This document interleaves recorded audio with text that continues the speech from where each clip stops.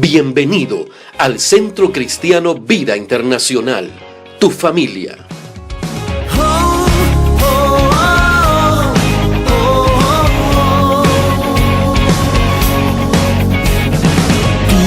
Con grande amor le diste luz a mi corazón. Fue lo que mejor. Bienvenido al Centro Cristiano Vida Internacional, tu familia.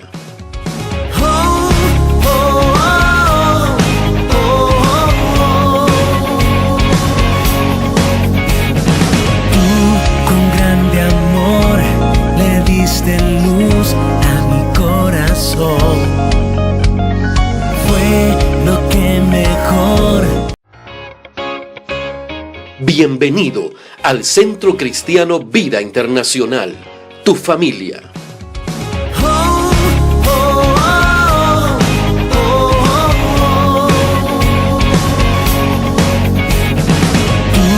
Con grande amor le diste luz a mi corazón.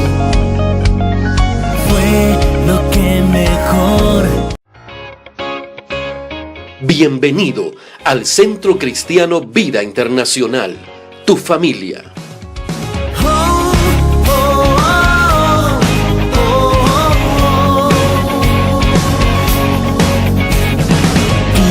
Con grande amor le diste luz a mi corazón.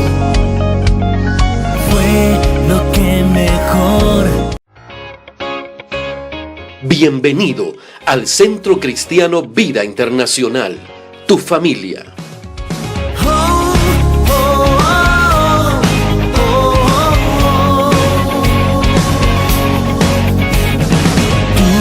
Con grande amor le diste luz a mi corazón. Fue lo que mejor. Quiero hoy que usted lea conmigo el capítulo 16 del Evangelio de Mateo, versículo 18. Mateo 16, 18, y es un versículo que usted conoce, quizás se lo sabe de memoria. Mateo 16, 18. Amén. Dice la Biblia: mas yo también te digo que tú eres Pedro, y sobre esta roca edificaré mi iglesia, y las puertas del Hades no prevalecerán contra ella. Una vez más, léalo conmigo. Mas yo también te digo que tú eres Pedro, y sobre esta roca edificaré mi iglesia, y las puertas del Hades no prevalecerán contra ella. Jesús hizo una declaración profética en este versículo. Él está haciendo una declaración profética acerca del futuro de la iglesia. Levante su carita, míreme para acá. Esta es la declaración más contundente, más poderosa que Jesús haya hecho acerca del futuro de la iglesia. Esta es la declaración más violenta que el Señor haya hecho con respecto a su iglesia. Y es una declaración, y oiga lo que le voy a decir, míreme para acá, es una declaración profética que surge de la misma boca del Señor Jesucristo acerca del futuro de esta iglesia. Oiga lo que le estoy diciendo. Hace más de 2000 años Jesucristo declaró con su propia boca cuál sería el futuro de esta iglesia. Y Él está diciendo: sobre esta roca edificaré mi iglesia, y las puertas del Hades no prevalecerán contra ella.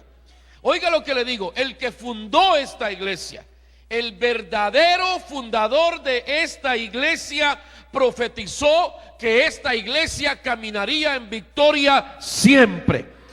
Oiga lo que está diciendo la Biblia. Ahora, también nosotros tenemos que notar que no solo profetizó la victoria, sino que advirtió que esta iglesia tendría oposición, que tendría resistencia, que se enfrentaría a una guerra. Hay una férrea oposición contra la iglesia del Señor, contra los cristianos, contra los pastores, contra los líderes de la iglesia. Satanás quiere destruir esta iglesia. Satanás quiere destruir al pastor de esta iglesia. Satanás quiere destruir a los líderes de esta iglesia. ¿Por qué razón él quiere destruir a la iglesia? Porque antes usted era su amigo, pero el día en que usted se rindió a Jesús, usted se convirtió en su enemigo. Y no hay tratado de paz con el diablo. Mire, escuchaba la historia de un hombre que cuando él era muchacho, su hermano, que era mayor que él, en el barrio donde vivían, este muchacho, el hermano mayor de este, le había pegado a todos los pandilleros del barrio.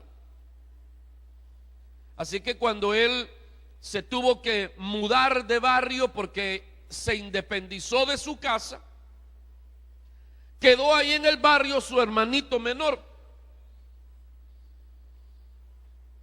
Y este hombre cuenta que los pandilleros, cada vez que lo veían, le decían cosas y lo hostigaban. El jefe de la pandilla, donde lo encontraba, le pegaba. Y él no sabía por qué lo odiaban tanto. Un día, después de tanto aguantar, en un callejón le dijo al jefe de la pandilla: ¿y por qué me odias tanto? ¿Yo qué te hice? Cada vez que me ves me pegás. Entonces el jefe de la pandilla se le queda viendo y le dice: te voy a enseñar algo. Y le enseñó como 7 cicatrices en el cuerpo y le dijo: por eso te pego. Pero yo no te las hice. Sí, le dijo, pero cada vez que te veo a vos, veo a tu hermano en vos. Y todas estas señales que tengo en mi cuerpo me las hizo tu hermano.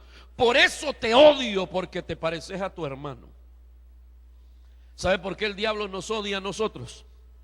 Porque cada vez que te ve a ti, él ve a Cristo Jesús y recuerda la derrota de la cruz. Por eso cuando te ve, él recuerda a nuestro hermano mayor, el Señor Jesucristo.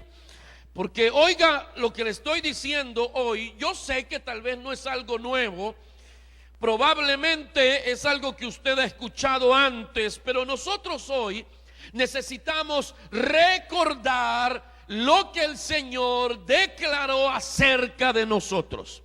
Esta no sería una iglesia de perdedores. Esta no sería una iglesia que quedaría en el olvido y derrotada. Esta es y será una iglesia poderosa, porque lo dijo el Señor con su propia boca. Ahora, ¿qué debe tener la iglesia para que el infierno no prevalezca contra ella? El Señor dice: sobre esta roca edificaré, ¿el qué? ¿De quién es la iglesia? De Cristo es la iglesia. Quiere decir que la iglesia debe saber de quién viene su identidad. La iglesia debe saber de dónde proviene su identidad. Mire, la Biblia está diciendo aquí: la roca es Cristo. Y la iglesia entonces debe ser cristocéntrica, edificada por Cristo y edificada en Cristo. Una iglesia victoriosa que se mantiene abriendo las puertas del infierno, que resiste, que se mantiene de pie a pesar de las inclemencias de la vida. Es una iglesia que tiene por bandera a Cristo Jesús como Señor y como Rey de ella misma. La iglesia está centrada en Cristo, debe estar centrada en Cristo. ¿Sabe? Hoy la iglesia, y es algo que usted nota Muchas iglesias hoy están centradas en la personalidad de un hombre, del pastor, están centradas en la fama de su ministerio de alabanza, en la fama de lo que ocurre en sus instalaciones tan preciosas. Y no estoy diciendo que esas cosas sean malas, pero el centro de la iglesia deberá ser Cristo Jesús el Señor. Cristo es el centro de la iglesia. La Biblia dice que Jesús nos advirtió que Él iba a edificar su iglesia. Usted y yo somos la iglesia. Amén. Estamos en la iglesia. La iglesia entonces debe estar centrada en Cristo y debe estar llena de Cristo. Colosenses capítulo 1 versículo 26. Mire lo que dice la Biblia. El misterio que había estado oculto desde siglos y edades, pero que ahora ha sido manifestado a sus santos, a quienes Dios quiso dar a conocer las riquezas de la gloria de este misterio entre los gentiles. ¿Cuál es ese misterio? Que es Cristo en vosotros, que dice la esperanza de gloria, a quien anunciamos amonestando a todo hombre y enseñando a todo hombre en toda sabiduría, a fin de presentar perfecto en Cristo Jesús a todo hombre. La Biblia dice, oiga, que el misterio que había estado oculto por las edades no solo era Cristo, sino que, mira, poneme el versículo 27. El misterio no solamente era Cristo, el misterio era Cristo en nosotros. Antes de Cristo, a nadie se le había ocurrido la idea de que fuera posible que Dios habitara dentro del cuerpo de los mortales. El misterio que había estado oculto no era que Dios estaría con nosotros, sino que Dios estaría en nosotros. Por eso, oiga, nosotros no solo hablamos de Cristo, nosotros tenemos a Cristo. Él vive dentro de nosotros. Diga conmigo, yo tengo a Cristo. Cristo vive en usted, no solo camina con usted, Él está en usted. Cristo en nosotros es la esperanza de gloria. Por eso le digo, la iglesia debe estar llena de Cristo. La iglesia tiene a Cristo. Ahora, mientras el Señor estuvo físicamente en la tierra, Él manifestó ciertas características que hoy deben estar en su iglesia. Su iglesia es el cuerpo de Cristo. Y hoy solo me voy a referir a una de ellas, que tiene que ver con esa declaración profética que el Señor hizo sobre su iglesia, y que tiene que ver con identificar qué es lo que ha movido a la iglesia durante estos más de 2000 años. Tiene que ver con averiguar qué es lo que movió a la iglesia a sobreponerse a la persecución y a la muerte, y a pesar de todo lo que sufrió, que la iglesia siga viva y siga de pie y siga avanzando y siga creciendo y siga conquistando. Habría que averiguar qué es lo que ocurre, qué es lo que mueve a la iglesia, qué es lo que sostiene a la iglesia, de dónde la iglesia saca semejante autoridad. Por eso el tema de esta mañana, no se lo había dicho, es ¿con qué autoridad? Diga conmigo, ¿con qué autoridad? ¿Con qué autoridad? Ese es el tema de esta mañana. Y esta mañana quiero que usted vea conmigo qué implica tener autoridad y cuál es la llave que desata la autoridad. Quiero que lea conmigo Lucas capítulo 20, Lucas 20, versículo 1 y el versículo 2. Dice la Biblia: y aconteció que en uno de los días, cuando él enseñaba a la gente en el templo y anunciaba el evangelio, se le enfrentaron los principales sacerdotes y los escribas con los ancianos, y le hablaron diciendo: dinos, ¿con qué autoridad haces estas cosas? ¿O quién te dio esta autoridad? ¿Qué le preguntaron al Señor ahí? ¿Con qué autoridad haces estas cosas? ¿Y quién te dio esta autoridad? Esto es muy interesante. Le voy a hacer una pregunta. Ayúdeme ¿Qué se le viene a la mente a usted cuando escucha la frase ¿con qué autoridad? ¿Qué se le viene a la mente cuando escucha la pregunta ¿con qué autoridad haces estas cosas? Ayúdeme.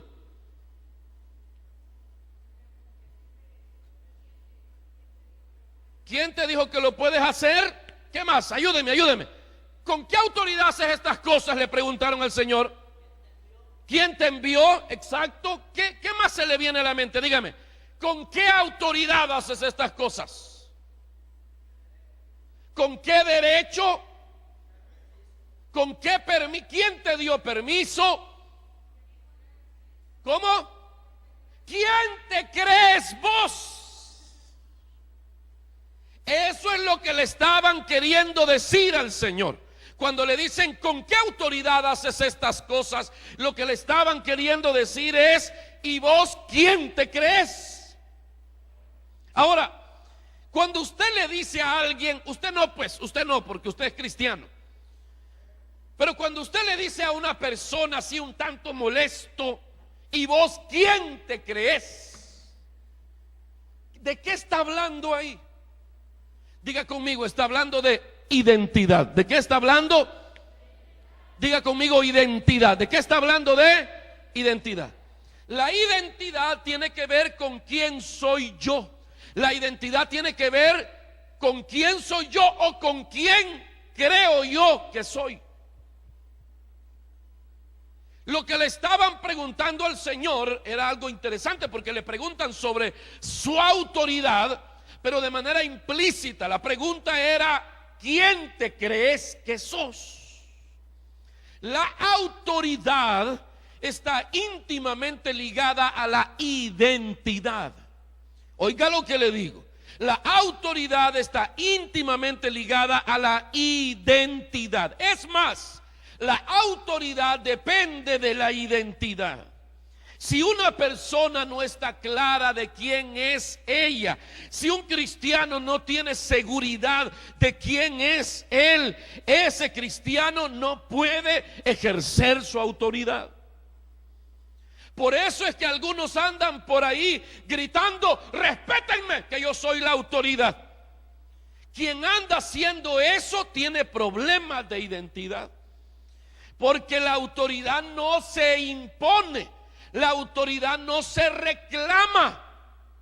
Oiga lo que le estoy diciendo. Cuando se tiene que andar por ahí tratando de imponer la autoridad, esa persona lo que manifiesta es que tiene problemas de identidad. Porque cuando yo sé quién soy y proyecto claramente lo que yo soy, la autoridad que me fue dada se manifiesta automáticamente. Ojalá me esté dando a entender. No sé, yo me estoy entendiendo muy bien. No sé si usted me está entendiendo a mí. Cuando yo no proyecto claramente mi identidad, no puedo manifestar mi autoridad. Mire lo que dice la Biblia, capítulo 20, el versículo 2 de Lucas, ahí está. Y le hablaron diciendo, ¿qué le decían? ¿Con qué autoridad haces estas cosas? ¿O quién te dio esa autoridad? Esto me dice a mí una cosa muy interesante. El Señor Jesucristo tenía bien clara su identidad. Él sabía quién era Él. Y es que usted lee en la Escritura, Jesús caminaba con una seguridad tremenda, y eso hacía que Él proyectara su autoridad. Ahora, usted ya vio esta mañana que el tema tiene que ver con la autoridad, pero el propósito mío esta mañana es afianzarnos en nuestra identidad. Hoy la mayoría de los cristianos andamos buscando las manifestaciones del poder de Dios, y queremos que el poder de Dios se manifieste en nosotros y a través de nosotros. Pero el camino a la manifestación del poder de Dios es este: identidad manifiesta la autoridad, y la autoridad desata el poder de Dios. Ese es el camino: identidad, autoridad y poder. Otra vez, dígalo conmigo: identidad, autoridad y poder. No nosotros nos concentramos en buscar el poder de Dios manifestado, le dije, en nosotros y a través de nosotros, pero eso no va a suceder si primero no entendemos quiénes somos para poder manifestar nuestra autoridad. Le preguntaron al Señor, dinos con qué autoridad haces estas cosas, ¿quién te dio esta autoridad? Y si usted lee el pasaje completo, la Biblia dice que le estaban preguntando eso, y el Señor le dice a los fariseos, a los escribas, si ustedes me responden esta pregunta, yo les digo con qué autoridad hago estas cosas. Ajá, le dijeron ellos, pregúntanos.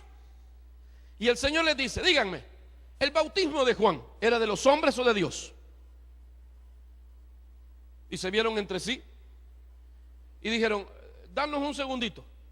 Y se fueron a una reunión secreta y empezaron a decir ellos, si decimos que el bautismo de Juan es de Dios, nos va a preguntar, ¿y por qué no le creyeron? Si decimos que era de los hombres, nos va a linchar toda esta gente alrededor que creían que Juan era un profeta. Y entonces, ¿qué decimos? No sé, estamos fregados. Y volteaban a ver al Señor y decían, espérame ya, ahorita. Ajá, ¿y qué le respondemos? Digámosle que no sabemos. Señor, ya te tenemos la respuesta. ¿Cuál es la respuesta? No sabemos. Ah, pues yo tampoco le digo con qué autoridad hago estas cosas. ¿Sabe? La manera en que Jesús manejaba el conflicto con los religiosos a mí me encanta. Él nunca dio su brazo a torcer. Él manifestaba la autoridad y no necesitaba andar gritando para eso. Por eso hay algo que usted y yo necesitamos entender esta mañana. Yo necesito saber quién soy y usted necesita saber quién es. Diga conmigo, yo necesito saber quién soy. Diga fuerte eso, yo necesito saber quién soy. Necesitamos saber quiénes somos. Es muy importante. Porque, oiga lo que le voy a decir, porque lo que yo soy o lo que yo creo que soy va a determinar lo que yo voy a hacer. Lo que yo soy o lo que yo creo que soy determina lo que hago. No es al revés. No es lo que hago lo que determina lo que soy, es al revés. Lo que yo soy, lo que yo creo que soy, va a determinar lo que yo hago. Si yo creo que no puedo, entonces lo que voy a hacer es eso. No voy a poder. Si lo que yo creo es que soy un mísero pecador que nunca va a pasar de ese estatus, entonces voy a vivir ¿cómo? Pecando. El Nuevo Testamento cada vez, o en la mayoría de los casos, que se refiere a la iglesia del Señor, le llama los santos de Dios. Vaya, pero solo una hermana dijo amén, porque todos los demás no se sienten santos. Voltea a ver al de la par. Usted dirá, si este es santo, yo soy la Virgen María, dirá usted, pero oiga. La Biblia es quien declara quiénes somos nosotros. Quiero que lea conmigo Marcos capítulo 1, versículo 9. Y de este pasaje vamos a aprender un par de cosas interesantes. Marcos capítulo 1, versículo 9. Y sucedió en aquellos días que Jesús vino de Nazaret de Galilea y fue bautizado por Juan en el Jordán. E inmediatamente al salir del agua, vio que los cielos se abrían y que el Espíritu como paloma descendía sobre él, y vino una voz de los cielos que decía, ¿cómo le dijo esa voz de los cielos? Tú eres mi Hijo amado, en ti me he complacido. Le pregunto una cosa, míreme para acá. Ese es el primer capítulo de Marcos. Al inicio del ministerio del Señor se está bautizando. Luego de bautizarse, el cielo se abre, desciende el Espíritu Santo sobre él, y una voz del cielo, la voz del Padre, le dice, ¿qué le dice? Este es, ¿qué le está dando el Padre a Jesús ahí? Identidad. Le está dando identidad, le dice: tú eres mi hijo amado. Oiga, esto es interesante. Ya va a ver usted lo que ocurre más adelante. Va a ver usted que por tener clara la identidad se muestra la autoridad y se desata el poder de Dios. Yo quiero que usted y yo recordemos que el pecado mismo comenzó por un problema de identidad. La Biblia dice que el ángel lucero no estaba conforme con la identidad que Dios le dio. Él quería ser otra cosa, y eso se manifestó en rebelión. Y cuando él llegó al Edén para hacer caer al hombre, ¿qué fue lo que les metió en la cabeza? Falsas identidades. ¿Qué le dijo al hombre? Dios lo que no quieren, le mandó a decir con su esposa, ¿verdad? Dios lo que no quieren es que ustedes sean como dioses. Él sabe que el día que coman de este árbol serán como Dios. ¿Qué quiere decir eso? Que Él quería moverles, sacarles del corazón y la mente su verdadera identidad. Entonces, mi identidad o lo que yo creo que soy va a normar o va a limitar aquello que yo voy a hacer. ¿Por qué a veces no hacemos más? Mírame, porque no sabemos quiénes somos. Lo que soy define lo que hago. Diga conmigo eso. Lo que soy define lo que hago. Otra vez dígalo conmigo. Lo que soy define lo que hago. Y la pregunta esta mañana: ¿y quién soy pues? ¿Quién soy? Mire, cuando Dios creó al hombre, lo creó para que fuera su hijo. Mire lo que dice Lucas capítulo 3, versículo 38. Está hablando de la... ¿No está ahí? Lucas 3, 38. Búscamelo, por favor. Lucas 3, 38. Búsquelo usted en su Biblia. Lucas 3, 38. La Biblia dice que cuando el Señor Dios creó a Adán, lo creó para que fuera su hijo. Cuando está hablando de la genealogía de Jesús, dice: Cainán era hijo de Enos, Enos era hijo de Set, Set era hijo de Adán, y Adán era hijo de ¿quién? Cuando Dios creó a Adán, lo creó para que fuera hijo de Dios. Pero vino el diablo y le dijo: no, vos podés llegar a ser Dios mismo. Y lo movió de su identidad. A partir de ahí, mírame para acá, todos nuestros problemas comenzaron en Génesis capítulo 3. Cuando el diablo sacó al hombre de su identidad correcta y le dio una falsa identidad. Le dijo que iba a ser Dios. Luego de que pecaron, Adán se dio cuenta que el diablo lo había engañado. Ahora ya no era ni hijo de Dios, ni era Dios. Y entonces comenzaron los conflictos y las crisis, porque él no sabía quién era. Por eso nosotros perdimos nuestra identidad en Adán el día en que ellos pecaron. Y por eso es que ahora hay muchísima gente creyéndose ser algo que no es. Usted encuentra gente hoy que se siente, como el engaño del diablo, se sienten dioses.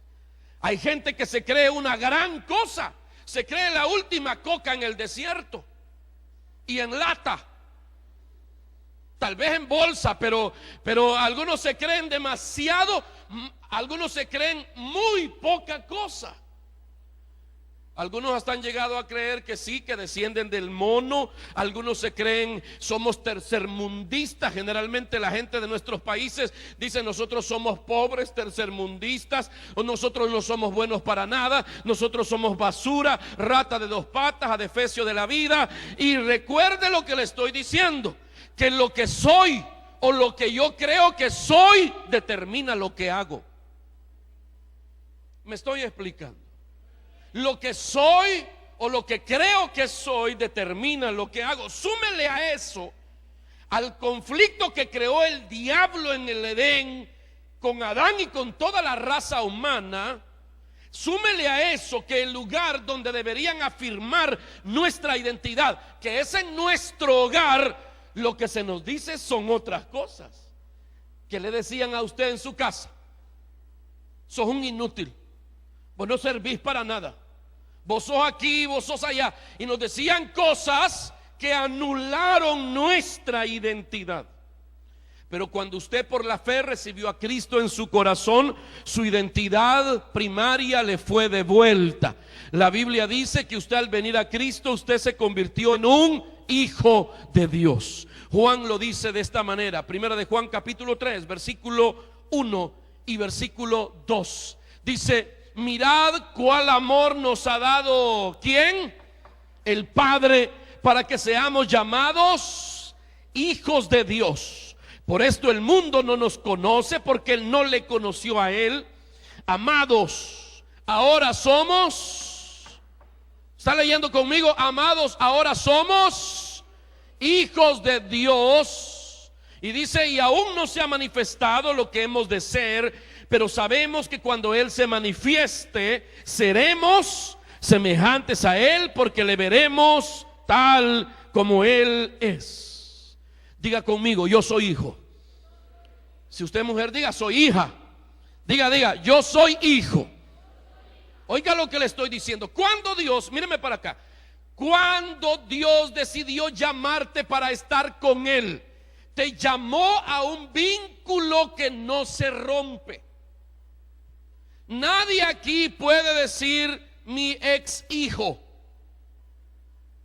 Usted puede decir mi ex marido, mi ex jefe, mi ex compañero, mi cualquier cosa, pero usted nunca puede decir mi ex hijo. Cuando Dios te llamó a una relación con él, te llamó a una relación inquebrantable. Ahora, yo quiero aclararle un asunto. Mire, todos nosotros aquí somos siervos de Dios, amén. Todos nosotros servimos a Dios. Mucha gente que cuando se convierte al Señor sueña con servirle a Dios, y eso es bueno, eso es fantástico. Pero al pasar el tiempo hay muchos cristianos que olvidan quiénes son y empiezan a creerse que son siervos de Dios. Yo soy una sierva de Dios, yo soy un siervo de Dios, y esa no es tu identidad primaria. Por eso hay mucha gente que vive sin paz, porque la identidad del siervo, oiga, la seguridad del siervo está en lo que él puede hacer. Oiga lo que le digo: al siervo le da identidad lo que hace. El siervo es amado y valorado por lo que hace. Si un siervo no hace las cosas bien, su estabilidad está en peligro. Lo pueden echar de esa casa. Pero la estabilidad, oiga, de un hijo no está en lo que hace, está en quién es. Cuando un siervo desobedece, lo pueden desterrar de ese hogar. Pero cuando un hijo desobedece, lo pueden penquear, lo arrastran, lo golpean, lo que usted quiera, pero permanece en esa casa porque es hijo. Por eso la Biblia dice que Dios a los que toma por hijos los disciplina, pero no te echa, porque sos hijo. No sé si me estoy explicando. La posición suya y mía en Cristo Jesús es una cosa poderosísima. Diga conmigo: esto es poderoso. Diga: esto es poderoso. Qué bueno que usted sirva y que usted cante y que dance y que toque instrumentos y que acomode a la gente en la iglesia y que cuide el parqueo y que atienda a niños. Fantástico, lo felicito. Pero su identidad no es esa. Su identidad superior es más que ser un cantor, un músico, un maestro de niños. Usted es hijo del Padre eterno y lo será para siempre. Hijo para siempre. Ahora, hay muchos cristianos que a pesar de saber esto, siguen teniendo problemas de identidad.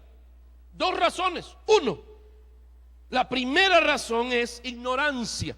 Hay muchos cristianos que no saben bien esto. Y dos, falta de fe. Hay muchos cristianos que les cuesta creer que eso sea verdad. Mire, en Estados Unidos antes de 1865, la esclavitud era legal. Pero el 18 de diciembre de 1865, por una reforma constitucional, los Estados Unidos de Norteamérica abolieron la esclavitud. 18 de diciembre de 1865. Ese día se abolió la esclavitud en los Estados Unidos. Ahora le voy a hacer una pregunta.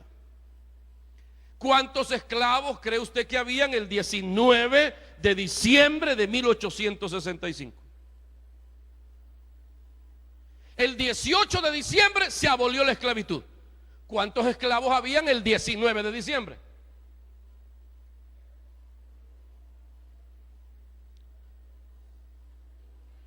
Legalmente, ni uno. Realmente, los mismos del día anterior. ¿Sabe? Muchos esclavos después de la abolición de la esclavitud murieron en la esclavitud. ¿Sabe por qué? Porque no sabían que habían sido liberados. Es más, se cuenta que había un tipo, un dueño de esclavos, que reunió a muchos dueños de esclavos en una reunión casi clandestina y les dijo: vaya, si perdemos los esclavos, perdemos la fuerza de trabajo y vamos a quebrar. Así que hagamos una cosa: no podemos ir en contra de la ley, pero cuando un esclavo venga y nos pregunte: amo, ¿es cierto que ahora nosotros somos libres? Lo que le debemos de decir es: sí. El presidente y el Congreso dijeron que vas a ser libre un día. Entonces mantuvieron con engaño a miles de esclavos diciéndoles: si es cierto, ya está firmada la sentencia de libertad. Así que tené paciencia, un día vas a ser libre. Entonces todos esos esclavos vivieron engañados, esperando el día en que la libertad llegara para ellos, cuando legalmente ya eran libres. La Biblia dice que el día en que Cristo murió en la cruz y usted en su corazón lo creyó y lo recibió, ese día usted fue hecho libre. Ese día usted fue hecho hijo. Ese día usted fue quitada de su vida el estigma de la maldición y la maldad, y ahora usted fue hecho príncipe del pueblo del Señor. Ese día, dale un aplauso al Señor si quiere. Oiga lo que le digo: usted no va a ser libre, usted es libre. Usted no va a ser salvo, usted es salvo. Usted no va a ser hijo, usted es hijo amado de Dios. El diablo ha querido meternos en la cabeza que vamos a hacer, que hay que esperar, que ella va a venir y que ahí viene y que esto y lo otro, cuando usted ya es. ¿Por qué actuamos a veces con temor? ¿Por qué nos limitamos? ¿Por qué vivimos en las condiciones en que vivimos muchas veces? Es porque no creemos que eso ya es una realidad. La Biblia dice: con una sola ofrenda hizo perfectos para siempre a los santificados. Así que yo estoy bendito por Dios y usted también ya está bendito por Dios. Somos libres. Miren lo que dice Romanos capítulo 8 versículo 17. Y dice: somos hijos. Y dice: y si hijos, también ¿qué? Herederos de Dios y coherederos con Cristo. ¿Cuánto te toca de la herencia?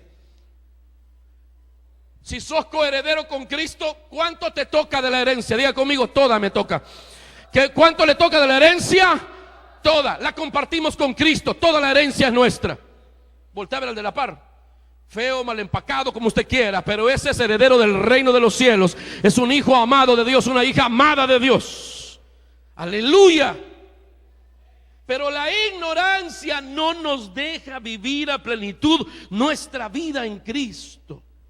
En Cristo somos hijos, en Cristo somos herederos. Usted no es cualquier cosa, usted no es un cualquiera. Usted es especial para Dios. Si otros te han desechado y te han marginado y te han menospreciado, que eso no te cargue el corazón, porque Dios te amó y te hizo su hijo para siempre. Razón tenía David cuando dijo: aunque mi padre y mi madre me dejaran, con todo eso el Señor me recogerá. Bendito sea su nombre. Somos hijos. Diga conmigo: soy hijo. Diga eso, no me voy a cansar de que lo diga. Diga: somos hijos. Soy hijo. Marcos capítulo 1, versículo 11, otra vez. Y vino una voz de los cielos que decía, como le dijeron al Señor: tú eres mi hijo amado, en ti me he complacido. Si Jesús tenía dudas antes de ese día él se le fueron todas las dudas. No volvió a tener dudas de quién era él. Porque cuando uno tiene claro quién es, camina como un hijo bendecido de Dios. Yo quiero que vea este cuadro que le voy a narrar. Vea lo que uno hace cuando sabe quién es. Míreme para acá. No le estoy diciendo que usted sea soberbio, altanero y diga: yo soy, vos no sos nada. No, no, no. Jesús era humilde, pero sabía quién era.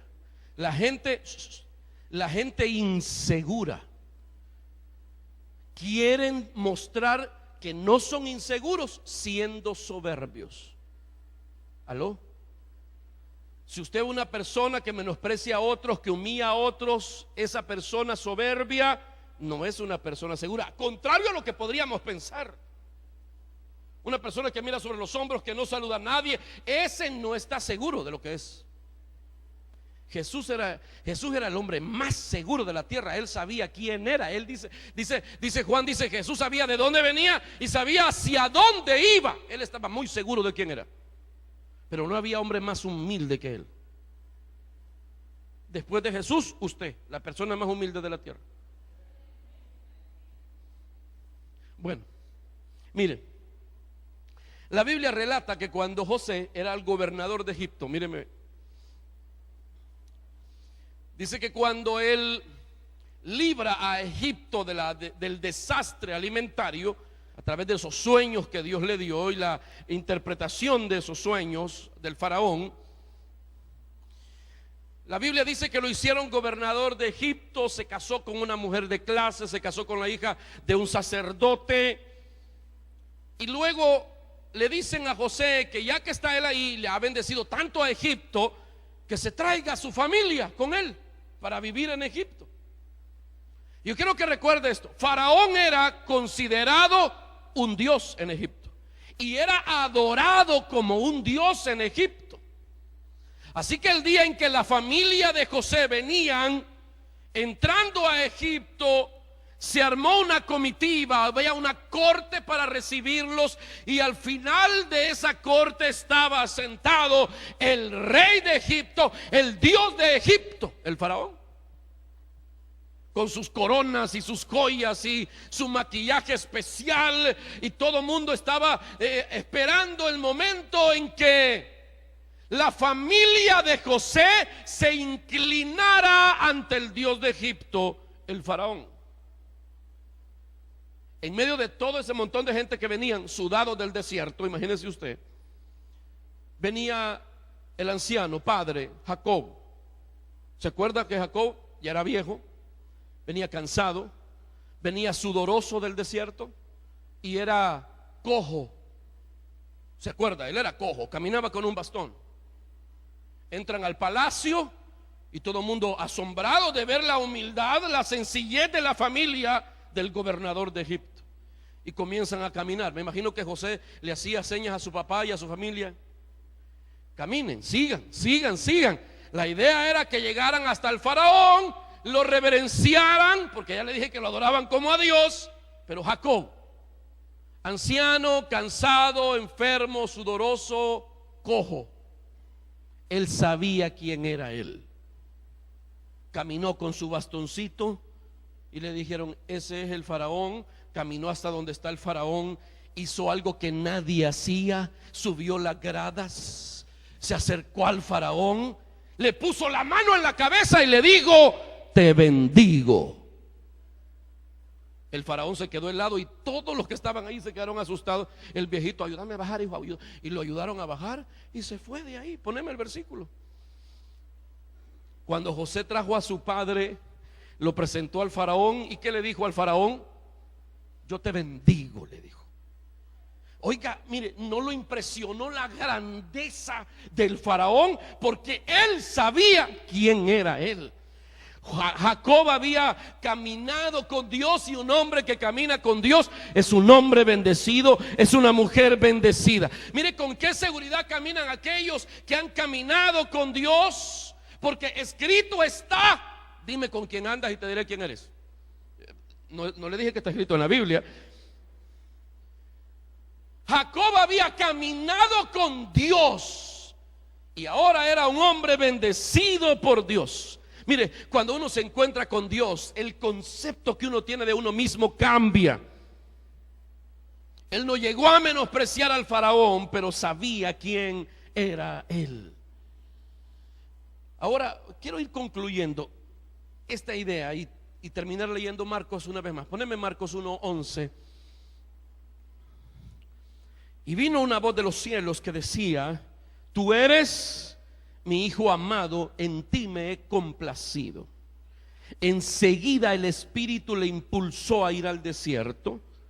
Oiga eso. Primero le dieron, ¿qué le dieron en el versículo 11?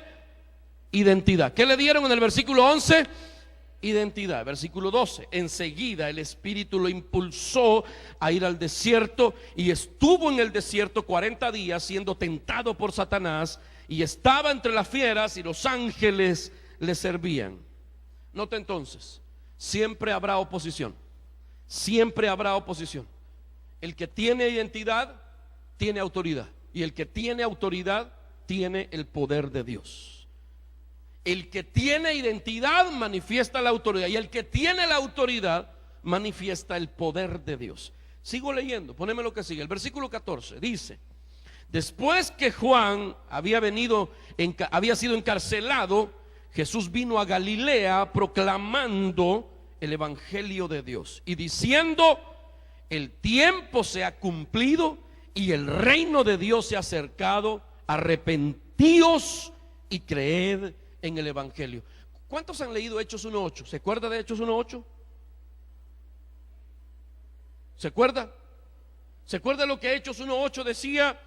Recibiréis poder cuando haya venido sobre vosotros el Espíritu Santo, y me seréis testigos. Oiga, eso es lo que le pasó al Señor después que fue afirmada su identidad. Fue afirmada su identidad. Enfrentó al diablo en el desierto, y entonces aparece en las ciudades manifestando el poder de Dios. Ahora el versículo 22, más adelante ahí, Marcos capítulo 1, 22, dice: y se admiraban de su enseñanza. ¿Aló? En el versículo 11, ¿qué recibió? Identidad. Ahora mire lo que dice: y se admiraban de su enseñanza, porque les enseñaba como quien tiene que autoridad, y no como los escribas. Primero recibió identidad, versículo 11. Versículo 22, se le nota la autoridad. 23: y aquí estaba en la sinagoga de ellos un hombre con un espíritu inmundo, el cual comenzó a gritar diciendo: ¿qué tenemos que ver contigo, Jesús de Nazaret? ¿Has venido a qué? A destruirnos. ¿Qué le dicen? Lea, ¿qué le dicen? Yo sé quién eres, el Santo de Dios. Oiga eso. Ahora los demonios saben quién es él. Primero recibió identidad, se le manifestó la autoridad, y los demonios ahora sabían quién era él. Ahora le voy a decir algo. Míreme para acá. Usted que vive en esta ciudad, ¿cuántos habitantes tendrá esta ciudad?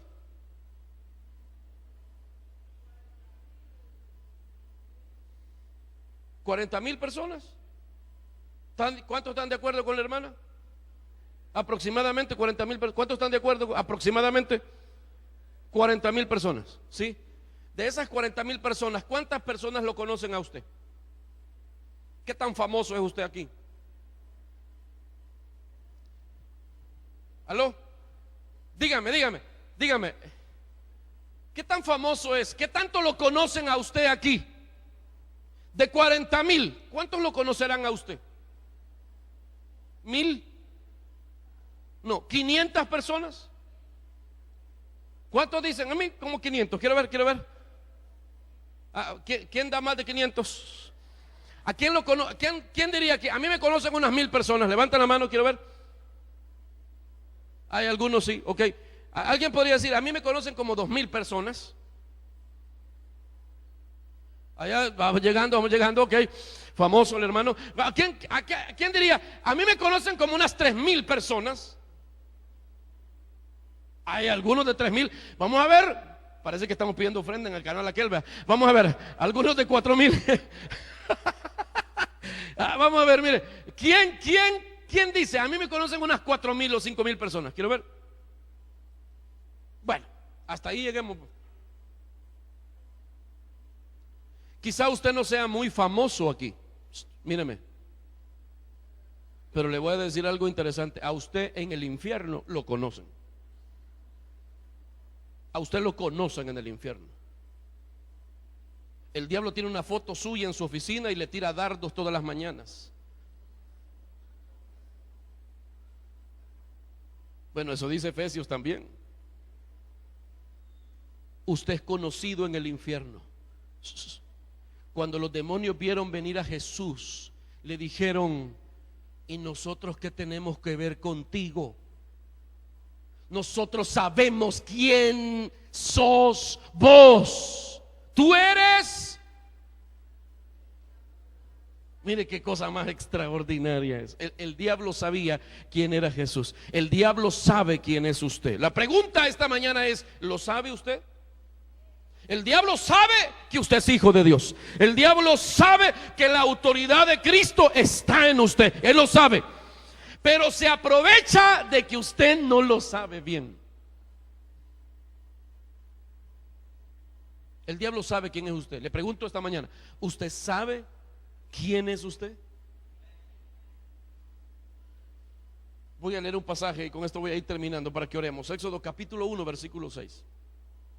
Éxodo 1, 6 en adelante. Dice la Biblia: después José y sus hermanos y todos los de esa generación murieron. Pero los israelitas tuvieron muchos hijos que se multiplicaron y aumentaron cada vez más y más hasta llenar Egipto. Luego llegó al poder de Egipto un nuevo rey que no sabía nada de José. Le dijo a su pueblo: hay muchos más israelitas que egipcios y además son... Lea. Y además son poderosos. Hagamos un plan para evitar que sigan multiplicándose. Si no lo hacemos, en caso de que haya una guerra, pueden unirse al enemigo y luchar contra nosotros, derrotarnos y escaparse de aquí. Siguiente. Por esta razón los egipcios los esclavizaron y les pusieron espérame, antes de seguir, espérame. El faraón sabía que los israelitas eran poderosos. ¿Cómo eran? Bueno, y que eran más que los egipcios. ¿Cómo es posible que los pudieron esclavizar? ¿Cómo es posible que los pudieron someter a trabajos forzados? Porque el faraón sabía quiénes eran ellos, pero ellos no lo sabían. Ellos pensaban: somos esclavos. Ellos pensaban: aquí estamos de arrimados. Ellos pensaban: agradecidos debemos estar con el faraón porque nos da donde vivir. Ellos pensaban: los egipcios tienen armamento, tienen ejército, son poderosos, nos dan miedo. Los egipcios tienen muchos dioses poderosos. Ellos tenían una idea equivocada de quiénes eran ellos. Y como le dije, lo que yo soy o lo que yo creo que soy determina lo que hago. ¿Qué se creían ellos? esclavos. ¿Cómo terminaron siendo? El faraón sabía quiénes eran ellos, pero ellos no lo sabían. Por eso le digo, el diablo sabe quién es usted. ¿Lo sabe usted? Los egipcios los esclavizaron y les pusieron capataces que los sometieron a trabajos forzados. Ellos los obligaron a construir las ciudades de Pitón y Ramsés, 12. Pero mientras más los maltrataban, ellos más se multiplicaban. Entonces los egipcios les comenzaron a dar miedo al pueblo de Israel. Mire, cuando un endemoniado, cuando un demonio percibe que usted llega, a veces nosotros somos, mire, al revés la cosa. Ay, percibo un poder del mal. Ay, sentí que pasó. Ay, pasó por aquí. Ay, ay. Y empiezan a levantar a la mujer. Marixa, levántate, me da miedo. Orá por mi hija. Hay algunos hombres así de valientes.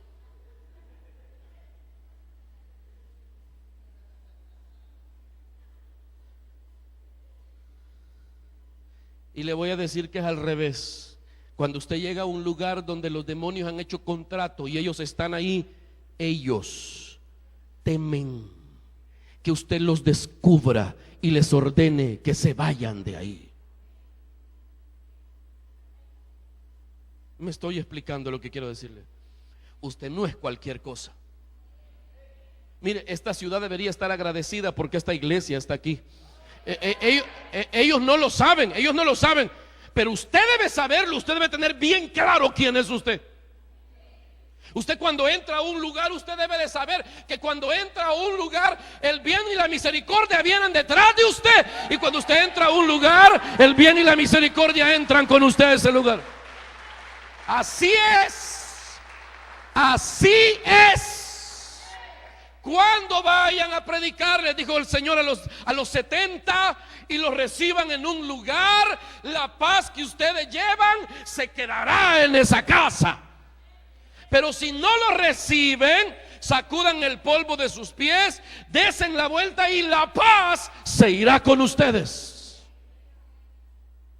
Me dijo un hombre una vez: pastor, ore por mí, siento que me persiguen. Y yo, como pensé que me estaba vacilando, le dije: yo también.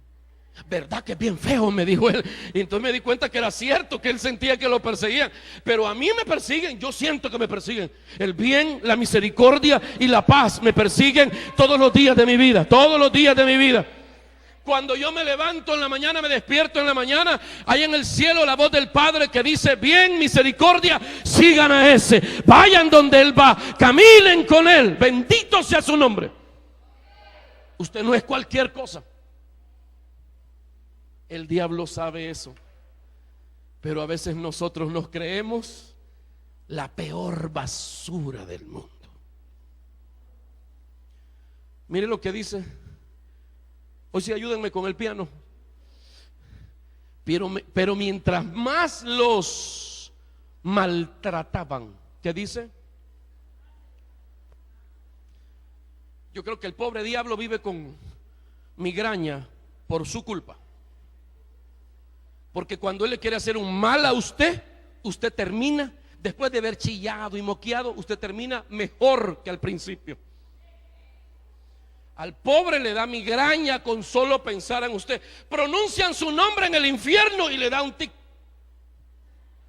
Porque él ha tratado de acabárselo a usted, y cada vez que le quiere hacer daño, usted termina bendecido por Dios. Mientras más los maltrataban, más se multiplicaban.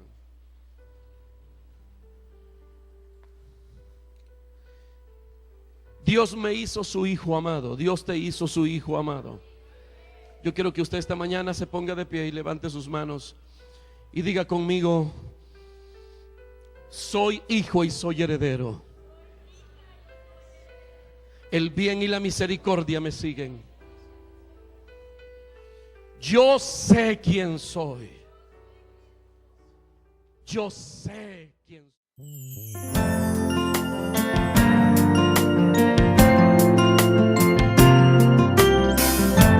Es por ti que Dios nos puso en este lugar. En cualquier necesidad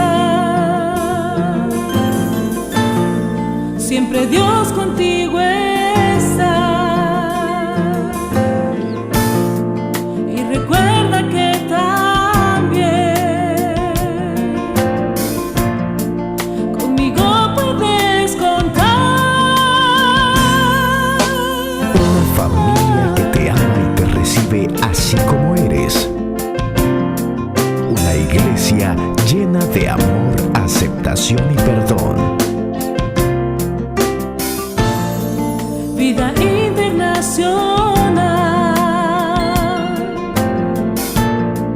expandiendo el reino de Jesús en todo lugar.